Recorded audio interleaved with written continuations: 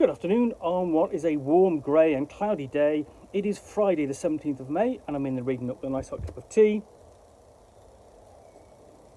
and a parcel to finish unboxing.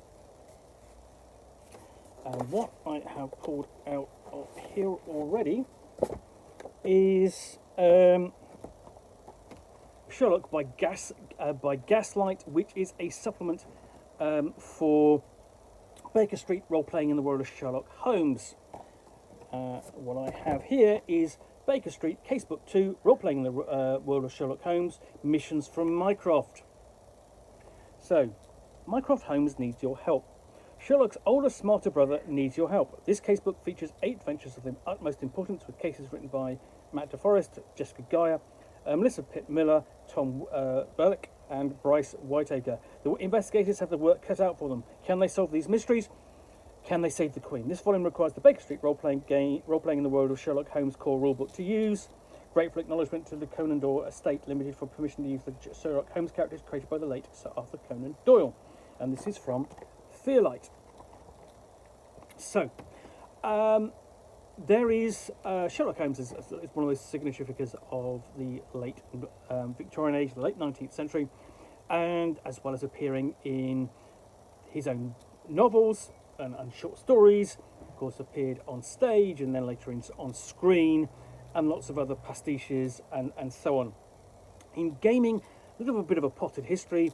There are a couple of board games out there. The most notable one is Sherlock Holmes Consulting Detective, which came out in the 80s and was popular because essentially, it gave impossible cases for the player characters as Baker Street irregulars to solve. But they weren't really quite role-playing games as such, whereas the Baker Street role-playing in the World of Sherlock Holmes core rulebook and so on is more of a role-playing game, as it were, than previous attempts. And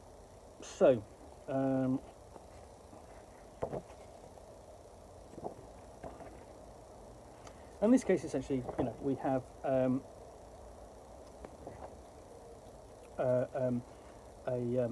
set of missions and tasks set by Mycroft, the most intelligent man, or one of the most intelligent men in England, who would essentially sit at his club all day and think about things, read the newspaper, and discuss things with other important people, occasionally consulting with Her Majesty Queen Victoria. So, and occasionally bothering his brother when he needed someone he could trust to solve a mission. So there we go, there's the list of contents. And then we open with A Day in the Country, the first one.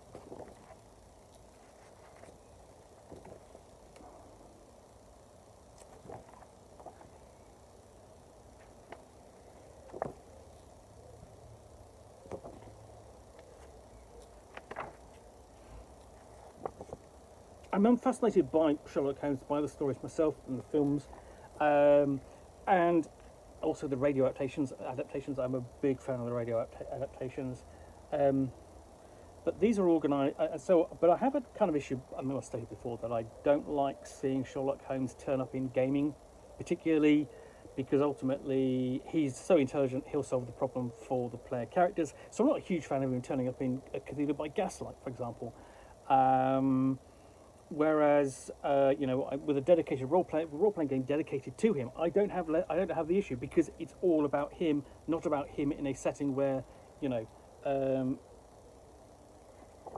where he would dominate rather than the player characters.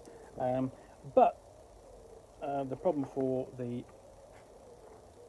writers, of course, is essentially he's such a signature figure that people want him in the setting. But anyway, so we've got a list of all the NPCs for Day in the Country, and clue cards,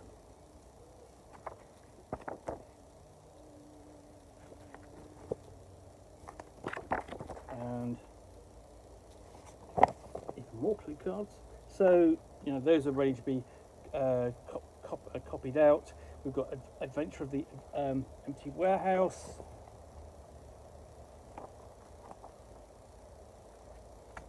And essentially each case explains the crime, gives advice for the mastermind, for the game master, and the threat meter. How's that handled? And then we have scene 1 in Baker Street. Then Ronald Adair's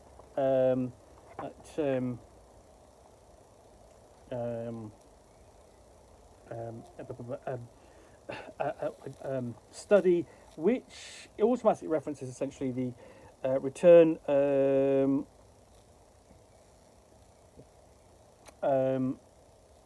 basically of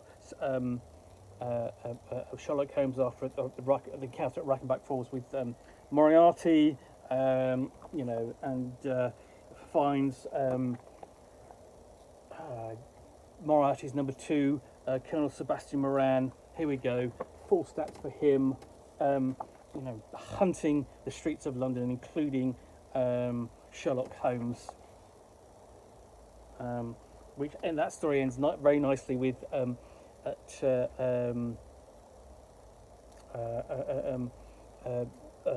Mrs. Hudson down on her knees, moving this bust of Sherlock Holmes.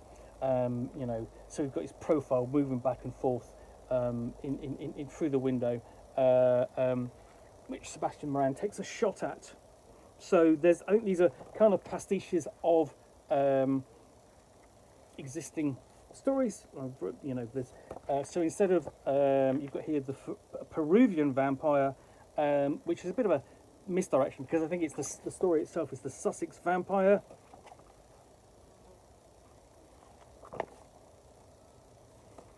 Remember it from the adaptation for the Clive Merrison series. And if you're a fan of Sherlock Holmes, I thoroughly recommend, because Radio 4 over the years has adapted them multiple times, but Clive Merrison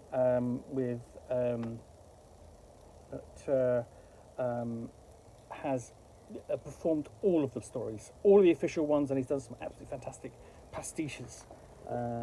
One of my favourites is the Abergavenny Murder, which is a pastiche of essentially a story based on a reference in one of the stories that is never worked out as a crime, and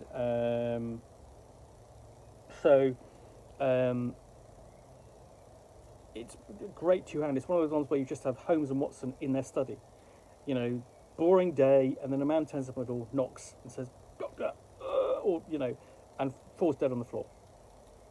And then Sherlock Holmes and Watson have 45 minutes before Inspector Lestrade arrives to solve the crime. And brilliant, really good two-hander. So in the end, we've got a newspaper article, Sussex Vampire Trial begins next week. So there's the reference to the actual story.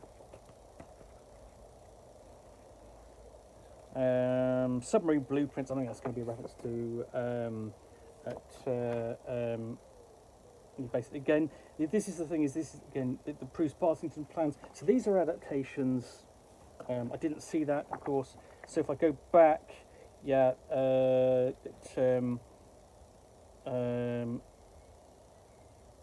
says here adapted from adopted. I say adopted. It says adopted, not adapted, from the Sussex Vampire.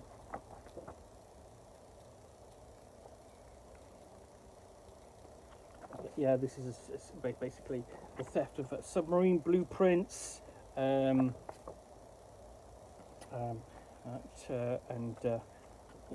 British government doesn't want them falling into the wrong hands. Give an enemy country an advantage.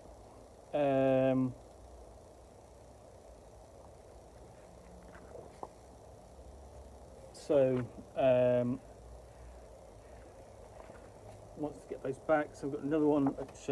This is the case of the amazing crash of a spaceman. That's completely new. Don't know anything about it. It's not an adaptation. But it's actually quite a lengthy one.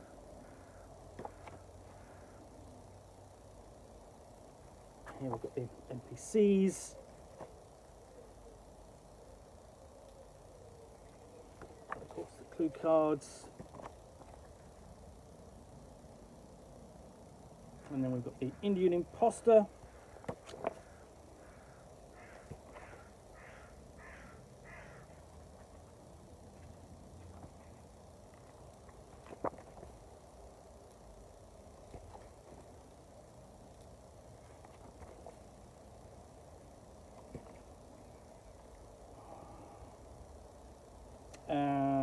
Case of the Lost Notebook of Professor Moriarty.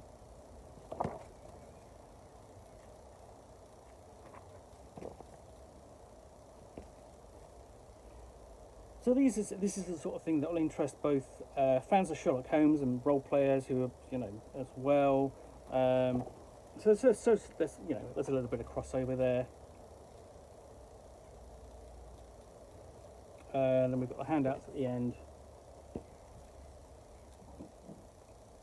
And then a thief.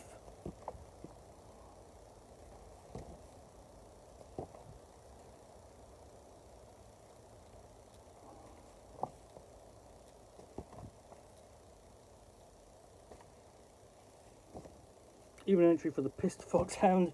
So it's going to be a tavern or an inn. And then you'll note essentially special thanks to all Kickstarters for lending their likenesses for that book.